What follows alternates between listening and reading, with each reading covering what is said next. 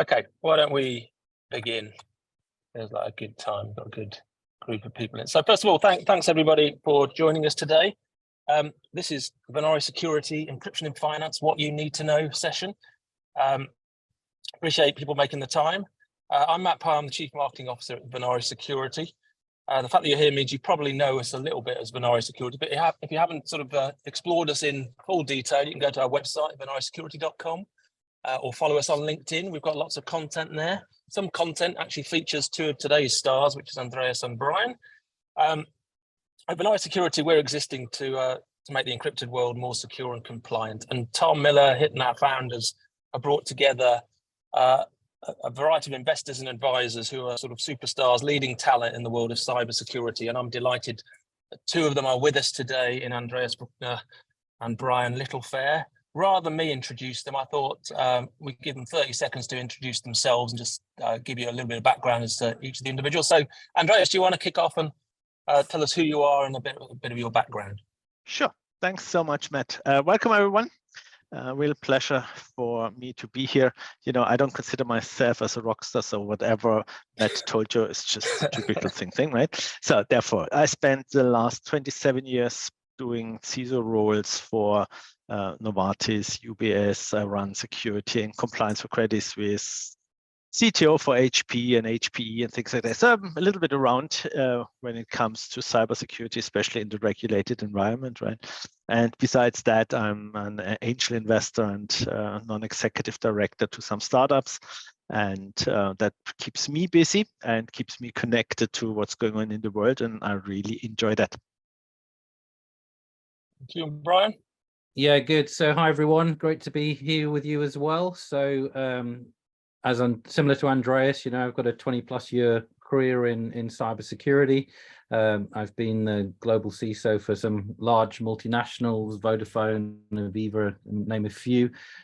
Most of my career has been in either telecommunications or financial services.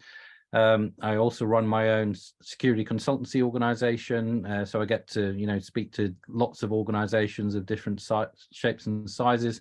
Also do a lot of work with startups like Andreas, and I'm one of the advisors for Venari Security. So great to be here.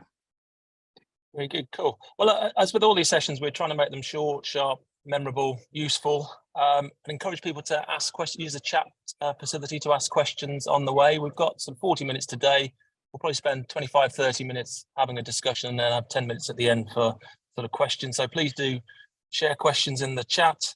The topic today, encryption in finance, is fairly broad and fairly deep. So we've sort of asked Andreas and Bryan to anchor the conversations in a couple of key areas, namely around sort of data privacy and regulatory compliance, and also the issue of third-party risk.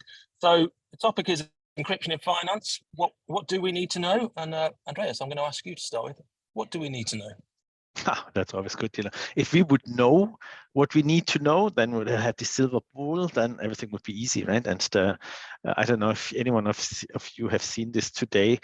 Gartner has just issued a report where they say, you know, becoming a CISO is completely nonsense because burnout rate is astronomical, work-life balance is not existing, and suicide is a normal thing. Why on earth do you want to be a CISO?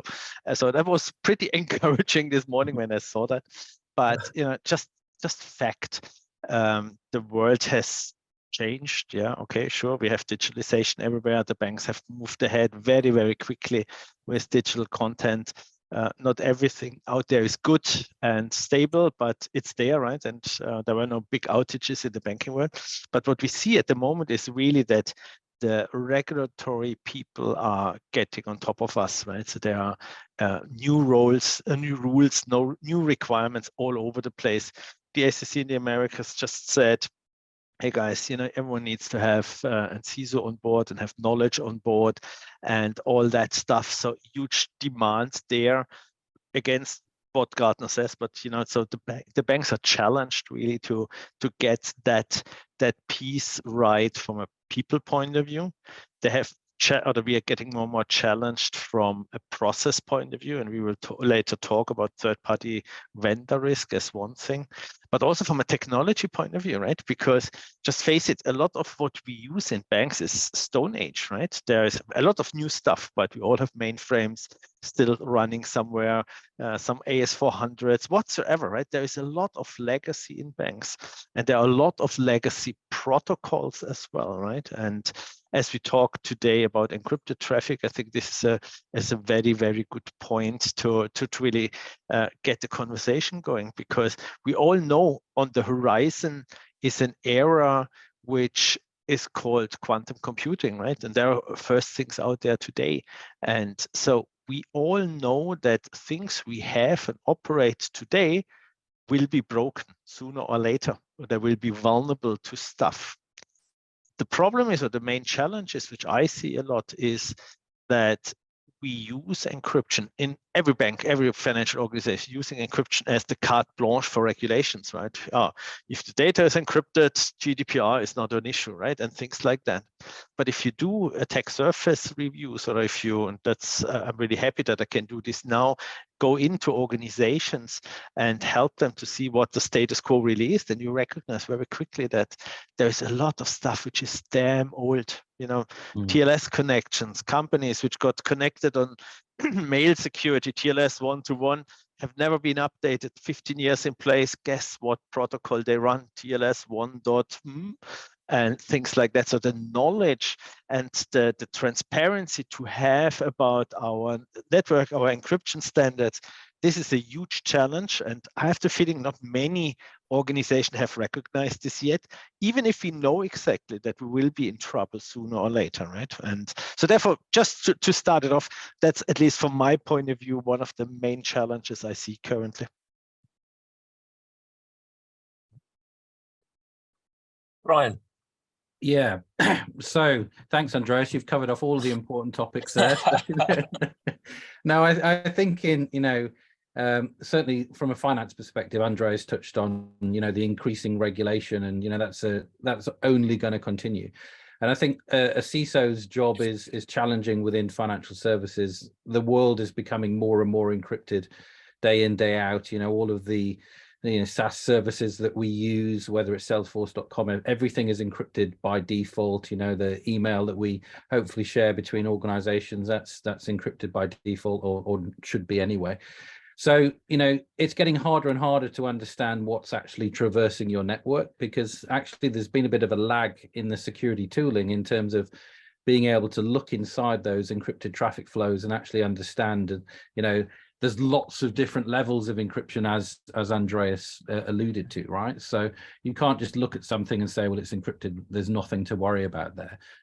You could be using a legacy or out-of-date cipher or handshake, or, you have problems with your certificate management and things like that. So certainly from a CISO perspective, you can't just go, it's encrypted, so there's nothing to look at here, move on. And the world is going to become more and more encrypted, as I said. So I think as security leaders, we have to embrace the fact that regulation is going to continue to drive us in that direction, and we have to understand how we can operate and secure the organizations that we're responsible for in a heavily encrypted world, right? I guess there's another component which just came to mind by listening to you, Bryan. With the economical downturn, and with the fact that on one side budgets constraints are there, big tech giants are have to let go people, right?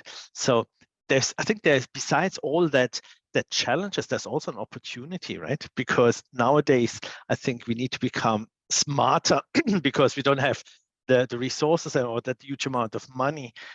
We have the chance at the same time to hire people which are really good talents working for Apple, Google, Microsoft, whatever before, right? So there's a good opportunity as well for us to get ahead of that challenge and to use these, or to get in some people to really say, look here, we need to be more forward looking, because I have the feeling most of our organizations nowadays are highly reactive, right? They always wait, oh, there is something to come, Okay, let's wait until it burns. Oh, now the fire is too high. Okay, I do something about it. So there is a good opportunity, I guess, at the moment to become really proactive and to get ahead of the cycle and to start, especially in the area of encrypted traffic, to be proactive and go for it. Because now there are also the technologies there and the services are there where you can say, look how I get an understanding. I just had the pleasure to join as a guest auditor and financial institution audit. And, while they were completely aware of things like certificate management, right? Not that it was perfect, but at least they had a clue about certificate management. But when we looked into what the encryption traffic really did and how many of the connection where they said they are encrypted were in reality not, because they only had the TLS protocol, but then no encryption switched on anymore because of some changes in the meantime. Or one finding was that they had an application where they used TLS and they allowed all kind of mobile endpoints. And the older mobile endpoints which didn't support the newest TLS versions, they always just downgraded it, right? And the application didn't stop it. So even if the protocol was set to high standards, just for legacy and compatibility reasons, it was allowing to downgrade. And at the end, it was like clear traffic, right? So I guess there is a lot there which we don't see. And I think there's an opportunity there to become really more proactive on these things. Yeah, and I completely agree. And, the biggest challenge I see in financial services is, the broker network. If you look at the banks, you look at the insurers, and you look at the hedge funds and things like that, they all have people that sell their services on their behalf. And what I notice is organizations have to maintain legacy protocols because they're working with, some brokers who are huge and some brokers that are just two people sat in an office, right? Maybe with a dog under the desk as well. But because they're running legacy systems, they're running legacy encryption protocols, and they still need to connect to the headquarters. So that handshake happens, but the negotiation goes so down the track. And if you're having to support those unsecure protocols, then actually you're just running an insecure connection, right? So I absolutely agree about getting proactive about it. I think, security in its nature is a bit of a reactive science, isn't it? The bad guys think up at a way to attack us, and we have to think a way to defend ourselves. So it's always been that way in terms of, viruses come out, the signatures detected, the anti-malware is produced, and all of those aspects. And obviously we're into heuristics and all of those stuff now. But I think in an encrypted world, there's very few products that can actually say, let's look into that encrypted traffic flow without the, in my past life, we used to backhaul all the encrypted traffic. We'd send it to a centralized point. We'd decrypt it. We'd analyze it. We'd inspect it. We'd re-encrypt it, and we'd push it out. That is, A, it's expensive in terms of the infrastructure. B, it adds a lot of latency. And C, you have to be careful what you're decrypting, right? You don't want to be decrypting your employees, HSBC banking sessions and things like that. So it gets complex. So a proactive strategy, and, if you go into organizations and say, well, show me your strategic approach to manage encryption within your organization. Not everyone has one, right? So. Yeah. Very good point. I have another question for you on that one, because one of the struggles we had in this guest audit was, there were two struggles, to be honest. One was geolocation rules, where we figured out now 41 countries in the world have geolocation rules, where I say, look here, you need to have your data here, and which comes then with requirements for encryption, right? What to do, how to do it, and all that stuff. So do you see any changes coming from that side before I go to the other side? Is this a problem? Is there, from an encryption and security point of view, something we need to do, we should do? I think it's going to be a problem. Myself personally, I don't think geolocation is fully established yet. A, it can be spoofed, and B, even using robust technology. If I log on to one of my Apple devices and I get the 2FA challenge, and it says that I'm logging on, I know where I am. I'm at home. It's me doing it, but it'll put me something completely random in the country and things like that. So if you're on a broadband network, then you're accepting the geolocation. So you're still within the country. So country level geolocation is, pretty well established. But I think international geolocation and all of the IP addressing blocks that are in place, I think, the IP addressing providers, RIPE, ARIN, all of those around the world would have to resolve some of the challenges that they have in order to use it as a mechanism, right? So, I also believe that there is still a lot to come, and we haven't sorted that one completely out. Yeah, interesting. Very, very interesting. You know, sorry, Andreas, but I mean, there's some big regulatory changes happening. I'm just conscious of the US government mandate recently. I mean, how frequent are those in the world, and how does a CISO try and navigate those waters when there's something as significant as that taking place? Well, I guess you start, Bryan. Yeah. So I think we're going to see more and more frequent, especially since the US have mandated that its departments need to be suitable for a post-quantum world, and you obviously have NIST standards coming out. And in an ideal world, I mean, I know a lot of people use the NIST framework and the NIST standards around the globe anyway, but it would be really good to get a harmonization of regulation. And I know regulators talk, but if you look at if you use GDPR or data security standards as an example, I think there's well over 80-90 in existence around the world at the moment. They all have overlapping requirements, but have these niche components to it, which makes it complex to manage a large multinational organization. And if you're managing a company that has a presence in 90, 100 different countries, and each of those has an overlapping or an existing standard that you have to comply to, it just takes a novel approach. But focusing purely on encryption and in data and on quantum, I think now the US has come out and put its flag in the ground, as it always does. You're going to start to see others following suit. It would be good if we could get some harmonization on what best practice looks like, I'm hoping to see from NIST, and then different countries adopt a framework that is broadly similar to what the US has come out with, right? Totally spot on, right? I guess we as enterprises are struggling, right? I'm just thinking about all the SMBs, the small medium enterprises, right? If the big ones don't get this fully under control, right? And have all these conflicting rules and all that stuff.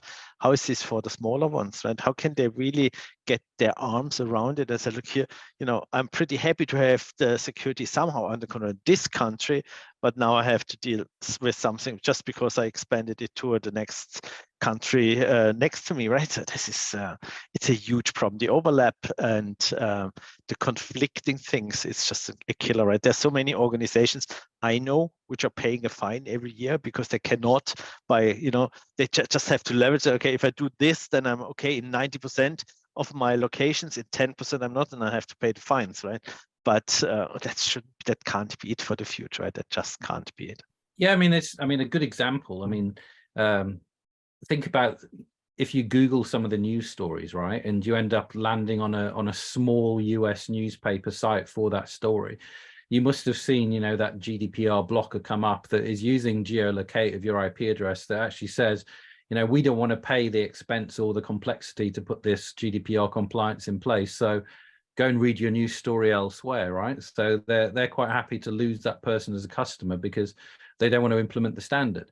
But, a large organization hasn't got that capability. They want to sell that product and service. But I agree, large multinationals have the benefits of, using some of the technologies that have been developed to help you navigate the complexity of this world. But if you're a small, medium organization trying to do it on an Excel spreadsheet, it can be, daunting at best, right? So. No, definitely. But again, proactiveness is good here, right? So if you follow what's going on, because these regulations are not coming overnight, right? Most of the time you have 2-3 years head time before something happens. So I think ignorance is always the big killer for cybersecurity, right? And that's the same when it comes to regulations. It's the same when it comes to quality, and it's even more so when it comes to cybersecurity. If you are proactive, if we are looking at things, if we really anticipate where things are going and watch out, I think in the end, it all comes back to do the homework, right? Get the basics right. And like we talk about encryption, right? For me, if we use encryption, doesn't independently if it's for privacy rules, for regulatory compliance, whatsoever, it's just not enough to just say, okay, I have encryption. You need to watch out for it. You need to manage it. It's just like any other thing, right? If you just let it grow somewhere, it will grow wild and it will become your problem from tomorrow. And I think for me, that's after 20 plus years cybersecurity, that's one of the learnings. Get the basics right, have an understanding of what you do, be transparent. Asset inventories, we all know how difficult it is. Connection inventory, who is supposed to talk to whom. When there is a cyber incident, you're really happy that you have done this homework before. Yeah, of course. Yeah, absolutely. Agree. Can we move on to that topic of the third party risk as well? Because I think we sort of touched on that briefly earlier, Bryan, but that in the financial world feels like it's an increasing challenge. How are businesses trying to navigate that? Because I wonder whether connected to that as well, there's a sort of post-COVID area that we're in where more and more people are working remotely as well. So that's putting pressure on all sorts of technology. I think, from my view, historically, third-party risk has been one of the most complex and challenging risks to manage, right? You look at a large organization, upwards of 5, 6, 10,000 external relationships to produce those services for the customer. And it comes down to the CISO or CISO working with other functions in the organizations to help gauge that risk and what risk do those suppliers present to the organization. But cyber risk is key in there, but risk is holistic across the supply chain. Something like the Suez Canal getting blocked means silicon chips can't get through and you can't create your product. So the risk is absolutely broad, but extending, your organization's security policies into your supply chain is complex, and it takes time, and it's a very difficult ship to navigate, but it can be done, and it can be done well. And I think, the biggest threat and risk to organizations does come via their supply chain, and not just suppliers, but obviously software and infrastructure that they're consuming. We've seen various different cases recently where software has been compromised and people have been hacked by that compromised software when they've installed the latest update. So I think you have to think of your entire ecosystem from an organizational perspective and just think, how do I understand who we reliant on to deliver our product and service to the end user? What are the risks contained within that? And that's physical, virtual, software, everything. And try and use some of the best of breed software that's out there at the moment to help you manage that risk going forward. But third-party risk is one of the biggest challenges I think CISOs face. You go into large household name brands and they're struggling with it, right? It's something that everyone hasn't got their arms around completely, because it's ever changing. The business comes to you and say, we want to use this supplier, we want to use that supplier, we want to expand into this country, that country. And you've got to try and hedge that risk before that transaction happens, right? Totally agree. Honestly, I believe the third-party vendor risk is the biggest challenge at the moment, which the CISOs face. And it's a very, at the moment we only see the tip of the iceberg, right? Because there's so much stuff which the people haven't really looked into it. It starts with the usage of the word, right? Supply chain in the banking world doesn't resonate, right? The people say, what's supply chain? I'm a banker, right? So it's it's TPRM, third-party vendors. In other areas, it's then supply chain thing. The dependency is just absolutely bloody enormous, right? And if you see what COVID did to the world for in all kind of facets, but when digital dependency just grew dramatically, right? Everything gets enabled, to enter a plane without a mobile phone is a big challenge in the meantime, right? Because what do you want to check in menu? Oh, okay. So they think you're already dead, right? Things like that. So there's a huge dependency. And the thing is, there are tools and providers for TPRM or third-party vendor risk solutions out there, right? It's not something completely new, but most of the stuff you get there, and I don't want to name anyone, but they give you a score outside in view, and it says your score is 456. Awesome. What does this mean? Exactly. Not actionable. You can only see trends and changes and all that stuff. In reality, it is more or less useless, but it's an indicator, right? Then you have the exchanges, right? They say, oh, we do the assessment once and then we distribute it to everyone. And then the people say, yeah, but I have these special regulations, or I have this and this, which you can't do this, right? So even this one, oh, it's NIST 583 standard. Yeah, but we are not completely, right? We have this, we are specific. And for example, we care pretty much about human cyber risk. Good luck with finding a lot of human cyber risk in NIST, right? It's not there yet, it comes next thing. And then you have the other thing, the inside out view, right? Where I say, like, oh, we do the assessments. Oh, nice. We go in and our questionnaires, 600 questions, NIST, blah, blah, blah, blah. Everyone loves it for sure. And again, there it's time consuming, it's expensive. But we need to do this, right? We need to get to a point where we have an inside-out view and an outside-in view, where we get to a point where we really understand what's going on. I'll give you an example. In many third-party contracts, it doesn't matter if the people deliver software, if they provide the critical services, which are important, there's often a bracket or a clause in it where it says, look, all data which we use and exchange between the partners have to be encrypted in transit and in rest. And that's all good. It's a standard statement. It's always, you find it in nearly every single contract. But then you go and check. It's not defined what it is. There is no owner for encryption in both organizations, right? There's no person that you can go to and say, hey, by the way, what is our standard? Do we have any kind of defined standard, best practice? No. Okay, that's already the starting point. Then you know exactly where the mess goes. Further down in the contract, there's this penalty clause. If someone is not behaving, so nice way, if you want to get rid of a vendor, check the encryption standards, right? I guarantee you, they are somewhere broken, not correct, something went wrong.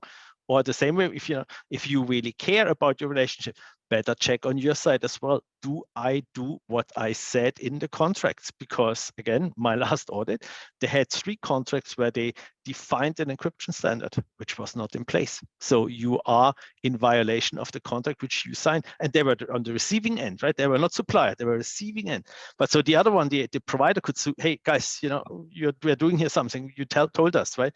And so that's such a big area where even enterprises have not really got their arms around it. And we will see, I guarantee you, we will see in the next years fines in that space, which will be dramatic. And there's a reason why every single 2023 to 2025 prediction has third-party vendor risk as one of the most pressing risks for every CISO out there on the list.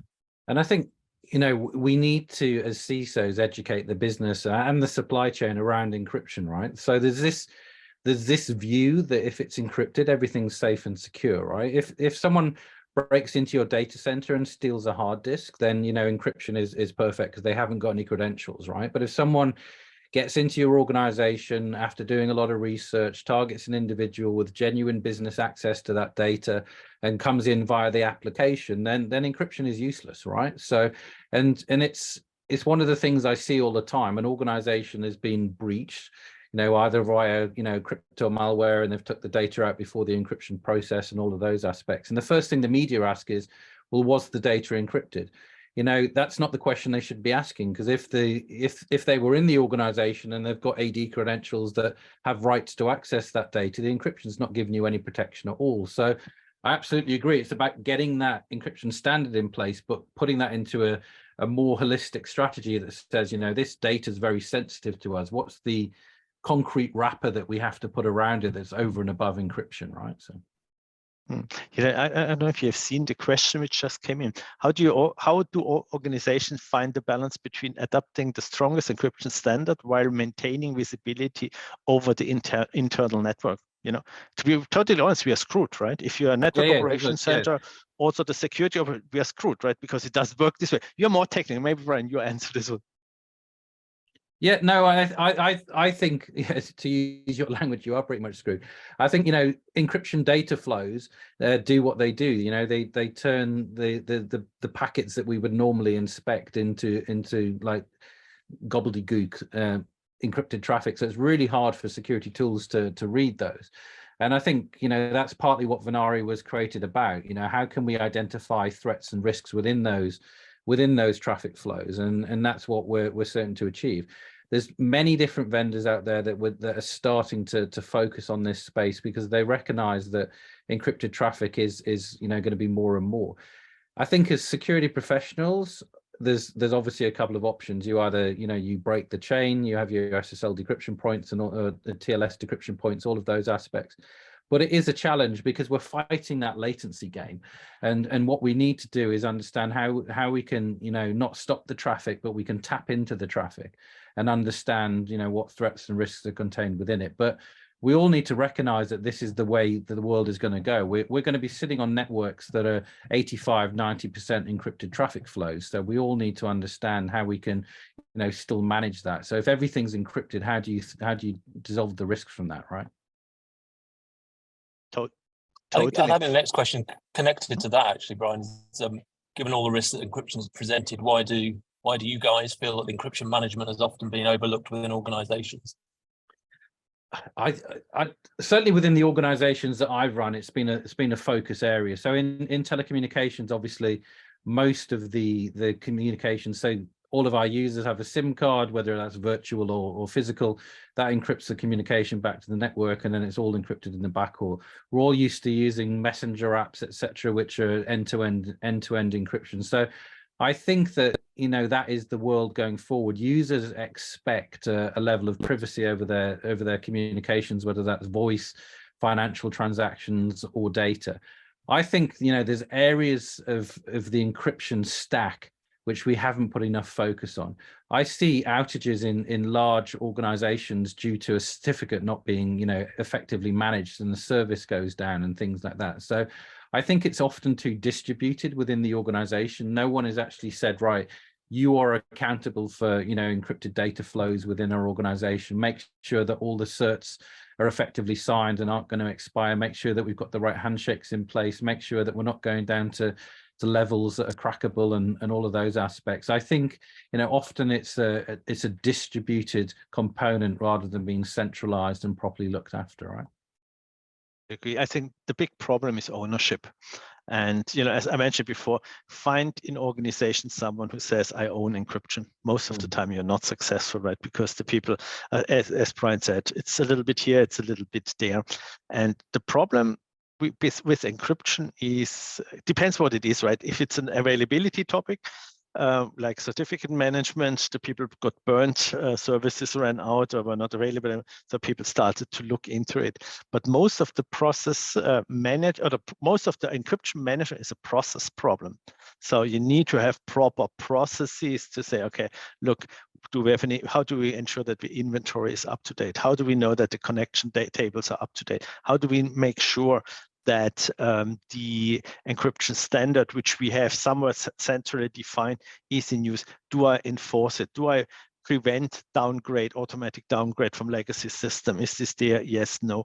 If I'm not, but Bryan, you may correct me if I'm wrong, but there are 19 different settings for TLS which you can define encryption on.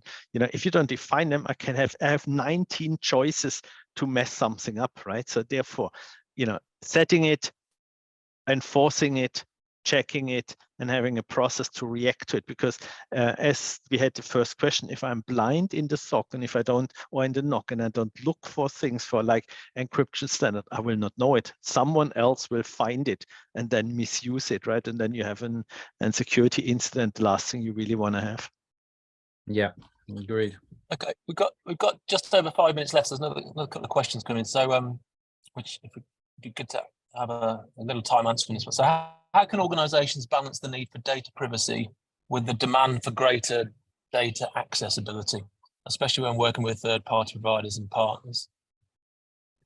Well, I think, you know, it's effective risk management. You know, security is a seesaw. You know, you put too much security in, the service becomes unusable. You put too little in, you expose yourself to risk. And, you know, security can be expensive as well. So it's getting that effective balance using risk management. But, you know, I understand the complexity here. So, for example, if you've outsourced your call centers to other countries within the globe. In order to do that effectively, they need to access your CRM, they need to access your pricing, they need to access your billing, they need to know everything about your customers. And so you've essentially put very sensitive data into the hands of third parties. And you have all of the nightmare around user management in a third-party organization and all of those aspects. So I think the regulation is driving us in this direction, and I think rightly so, because I've seen it done laps before. And I think, you know, if you're an organization entrusting your data if you're an individual entrusting your organization with data, then I would have an expectation that they take it seriously. And I think that's what the regulation is asking us to do. It's driving a common uplift globally. And that's why we're seeing all of these standards. And it's emerging because honestly, we haven't done it correctly, holistically in every organization. And financial services are often held out as, you know, the best in other sectors because they've had sustained regulation, sustained focus. The business has had to invest in cybersecurity to do that. But it is a balancing act, but you have to understand what's the business strategy. And if the business strategy is to use shared service centers in low-cost, high-skill locations, then we have to put a security strategy in place that enables that to do it. And that is encrypting traffic flows, making sure that only genuine business users have access to the data, making sure that in call center scenarios, you know, a lot of people don't realize when you ring a call center and you're putting your bank details into the call handling system, or you're putting your phone number in, that's just approving your call record to be presented to a call service agent, so they can't just browse data at their leisure. That customer has to be on the phone so that record pops up. So there's lots of things that you have to put in place to make sure that that data is secured from a privacy perspective, but equally it's usable when a service agent or the customer's on the phone wanting to talk about it, right? Totally. And I think the question which Mel just posted in the chat goes exactly in the same direction, right? Saying, look here, financials or institutions, do they encrypt? And if yes, then where in rest and transit and also in use? I guess, Mel, you're fighting a fight with your management in financial where you should encrypt, right? So experience from my side, in rest and transit, yes, absolutely. In use, it really depends, right? So it's always a risk, especially in legacy applications, it's sometimes really, really difficult or impossible. So in use, it really depends. The rest in rest and in transit, absolutely. But again, as Bryan just said, it is the banks are leading the pack here. I guess that's pretty fair to say as a financial services. And that means that there are tons of organizations out there which are far behind these kind of standards. And, you know, standard question, do you have an encryption standard? Most of the time shows you the same, you know, what? And I have no idea. Does anyone own encryption? Same here, right? So therefore, there are a couple of things which you can easily check, which gives you a feeling about, you know, how mature an organization is when it comes to encryption, right? And again, multinationals where you have to ship data around, where you have nearshore, offshore locations for some kind of stuff. That's where where the rubber hits the road, right? And I don't know if you have seen this, but just this week, GoDaddy was big in the news, right, for having a data breach since years, obviously through third-party connectivity. That's exactly what this is all about. Right? Obviously, there were a connection which wasn't secured in the appropriate way, where the data in rest or in motion wasn't secured the way we as customers would expect it to be.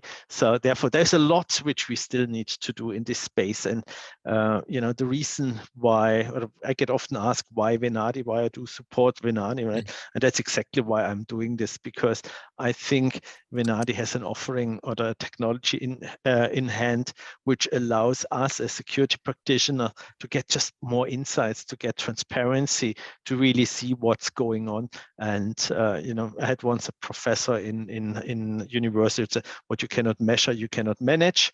And that's the point, right? If I fly blind, you know, that's just a risk, which was okay a couple of years ago, but nowadays with the regulations being tighter, with the demand to respond faster, with the faster recovery times and all that stuff is just not doable anymore. So we need to get transparency and understanding of the encrypted traffic as well. And that's for me just another, going back to what I said at the beginning, homework, right? Do the basics right, hygiene, activity.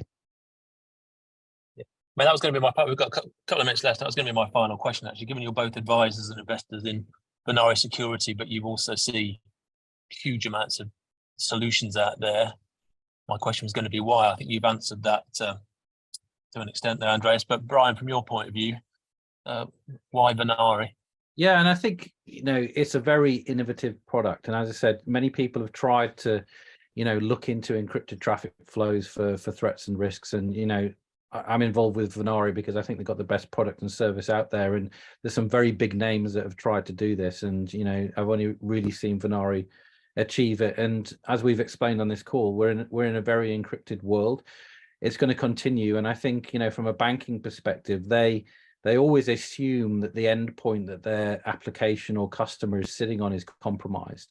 So they have to engineer a fully end-to-end encrypted service so that they make sure that they can stay safe and secure. And I think that if you look at things like WhatsApp, end-to-end communication, but then there's telecommunications regulation coming out where you have to detect cyberbullying in an end-to-end encrypted traffic flow.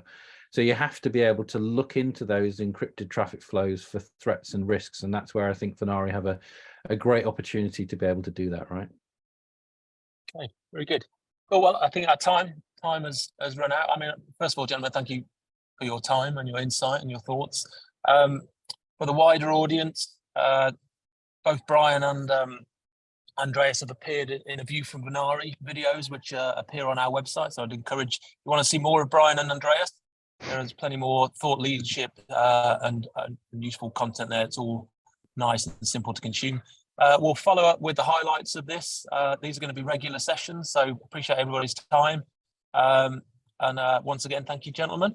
I'm sure we'll see you again in the not too distant future. So any final thoughts from either of you? No, thanks so much for having us, for hosting us here. So therefore, thanks so much. Great. Thank you, everyone. It's really good.